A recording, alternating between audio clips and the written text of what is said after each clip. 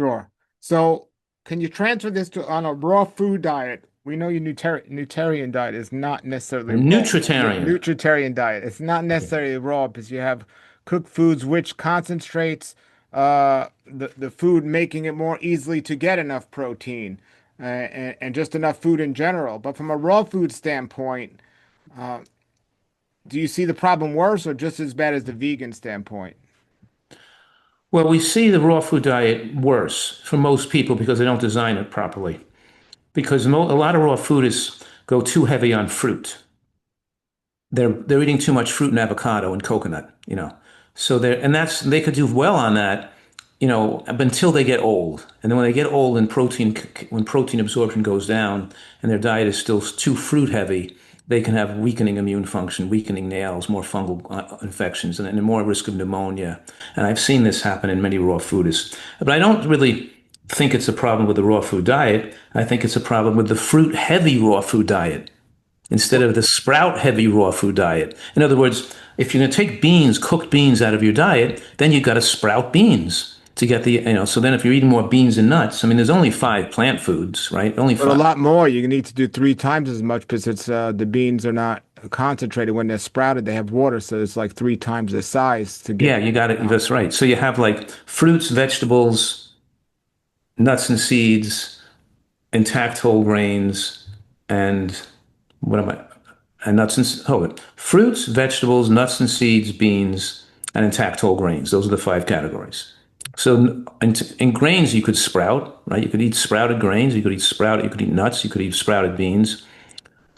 But if they eat too much fruit, that's the only one out of the five that's low in protein is fruit. So if they eat too much fruit, they could lower the protein bioavailability of the diet as they age. Now, what's too much? I know of the 80-10-10 diet where they're fruit based to get the calories and they're low in fat, but they're getting enough protein because 10% of it is protein. Right, So but the nutritarian diet is more like 16 to 18% protein. That's the 80-10-10 diet. I think the gram. Doug Graham, yeah, it was it. I'm specifically referring to that diet as being dangerous for the elderly people following that diet. And in my practice over the last 35 years, I've seen people develop problems, severe problems, including death from eating that way. They get older and they can die of infection and get an pneumonia because so their immune system gets weaker as they get aging. Well, So yeah, I'm saying that 10% protein is not sufficient protein, and I'm saying that type of diet is not the most safe diet for most people. Maybe okay for some people. but does One it, guy, he was yeah. following a diet like that. He was British though, and he lived in the United States. He lived in Philadelphia. So he came to visit me when he had a pneumonia, and he waited till the pneumonia was too advanced. He couldn't because he refused to take an antibiotic. And the time he saw me, I sent him right to the emergency room, and he died in the emergency room. He died in the hospital. Um, but Well, what's when you say the 10%, is that based on calories? Because if somebody's getting enough calories, then or is it based on just the amount of protein? Because let's say somebody's getting 10%, but they're eating, let's say, I don't know, 4,000 calories a day. So now what they're getting 40 grams of protein. So you're saying that's still too little? well, no, they'd be getting much more than 40 grams of protein. But in any case, if they're getting 4,000 calories, So where's the but in any issue? case, because they'd be getting about. But nevertheless, I'm saying that it's the protein per calorie ratio. It's the percent that's the problem. The percent in the Oxford, we have to go by, in the Epic Oxford study was that their diet, the vegan diets were 10 to 12% protein, which led to higher risk of bone loss in both men and women, but worse in women. And the frailty increased with aging. So by pushing calories up to an abnormally high caloric load is just going to shorten your life. So there's another disadvantage of eating that way. You need too many calories to maintain your energy level. So that wouldn't be a favorable aspect. That would be very unfavorable to have to eat more calories to get enough protein. We want to get more nutrients in without having to exceed our caloric needs. So yeah, that's not that's nobody should be eating that many calories to get enough protein. So to get So, enough from sprouts, you're gonna have to eat three times more than like one cup of beans, let's say, has 20 grams of protein, right? One cup of cooked beans. So you're Yes. going to have to eat 3 cups of cooked beans to get 20 grams of protein. 3 cups of sprouts is not a lot of food, and you chew it up. It's like water. It's like eating a salad. Three Yeah, cups of yeah, salad is not. but here's the Yeah. thing, and so it's 3 cups But is not a lot. you're not eating the sprouts alone. You're eating it with nuts and seeds. So that's my next question. With nuts and seeds, let's talk about the fat. How high percentage of fat do you suggest? I'm suggesting that Doug Graham's advice is totally backwards and the opposite of what you should do. If you're on a raw food diet, you should be on a higher fat diet, higher fat and higher protein. Shouldn't worry about fat from eating nuts and seeds. There's no data that show that eating fat from nuts and seeds has any detrimental effect. Go to 40% of calories from fat. Eat more nuts and get your caloric needs met and your protein needs met, and eat the sunflower seeds and the pine nuts and the hemp seeds and the flax seeds with the sprouts, and eat some fruit with each meal, but don't, and eat a lot of vegetables. Um, but don't go to a whole fruit diet where you take out the nuts and you worry about the fat. That's just stupid. Now, Sorry. does it matter where somebody's the environment in terms of if they want to do the higher fat or the higher fruit in terms of, let's say somebody's in Minnesota, that will they do better with the higher fat? Whereas if somebody's like where I am down here in Florida, will they do better with higher fruit? As long as they, regardless of what somebody's doing, as long as they're hitting the numbers that they're supposed to be hitting, does it matter? See, that's what I'm saying is mod, um, moving macronutrients, more fat, more carbohydrate, that doesn't have much of effect on lifespan. That's not the major factor. It's the micronutrients that matter, right? So the balance is, but you're saying as long as getting adequacy, whether your fat content is 15% or 40%, both can be lifespan promoting with your diet. So it doesn't have to be like one level of fat, but 10% is too low because you're restricting because then you're going to restrict nuts and seeds too low to not get enough protein with the fat content that low. So the answer to your question is it's more of a basis of individual differences and age differences than it is about where you live. The major difference is your age, your blood measurements, and how you're doing. If you're getting frail, if you're getting weaker, if you're getting too thin, if you're getting fungal infections on your nail, and your hair. In other words, it's how are you doing? How are you doing with this program? Are you muscular? Do you have a six pack? Are you strong? Can you still bench press? Can you still do 50 push-ups? Can you still do 5 chins? Or you used to be able to do 10 chins and now you can't even do 1 chin.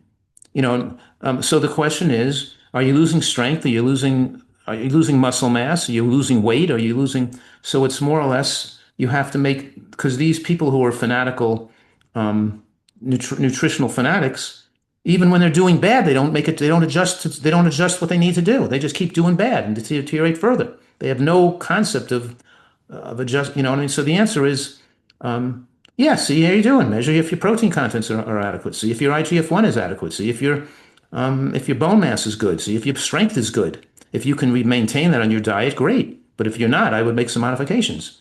You Because know, I've interviewed people that do the 80-10-10, and I know with all things there are people that have shortcomings, but the people I interviewed and even Dr. Graham himself, I mean, he seems doing pretty well for his age. how old are these people?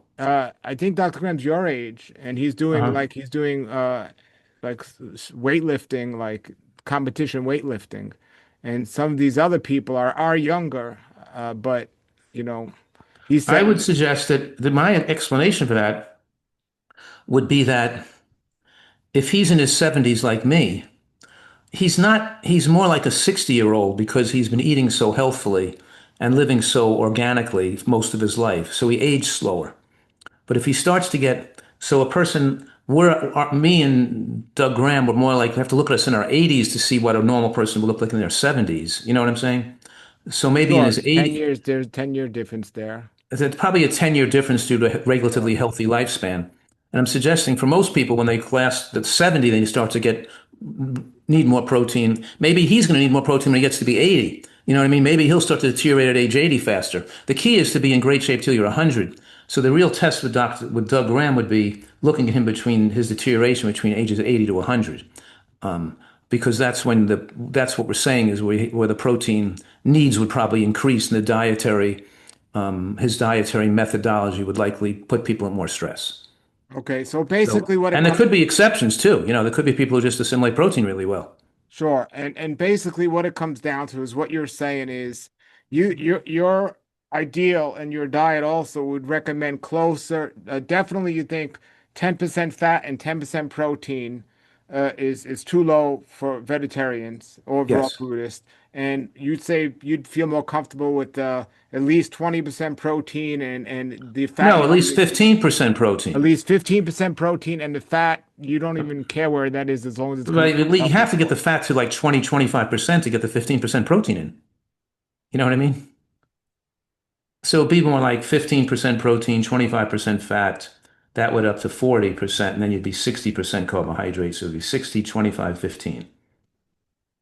But I'm Okay, not saying it has to be exactly that. I'm saying there's sure. a lot of different permutations which be acceptable, you know, especially when you're young and healthy.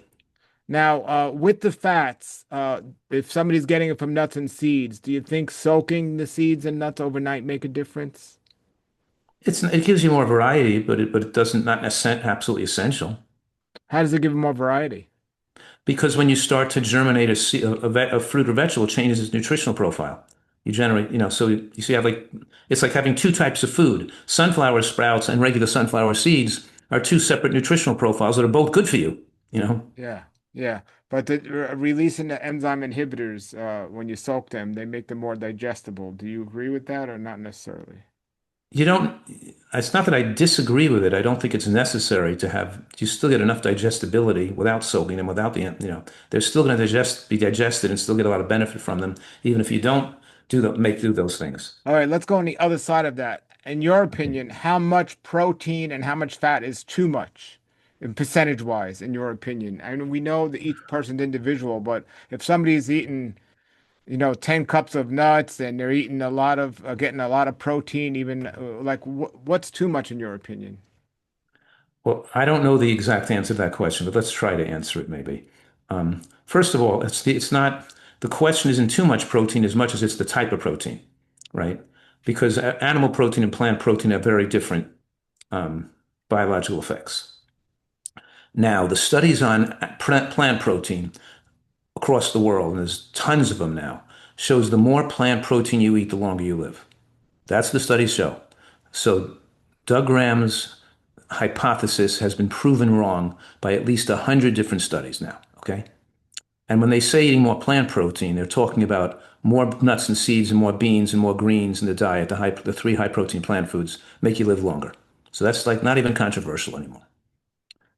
So, but the other thing we're learning is that for pushing that envelope of human longevity, trying to live to be healthy to 100, having diversity of different foods among a certain category and among the total categories is also beneficial for longevity.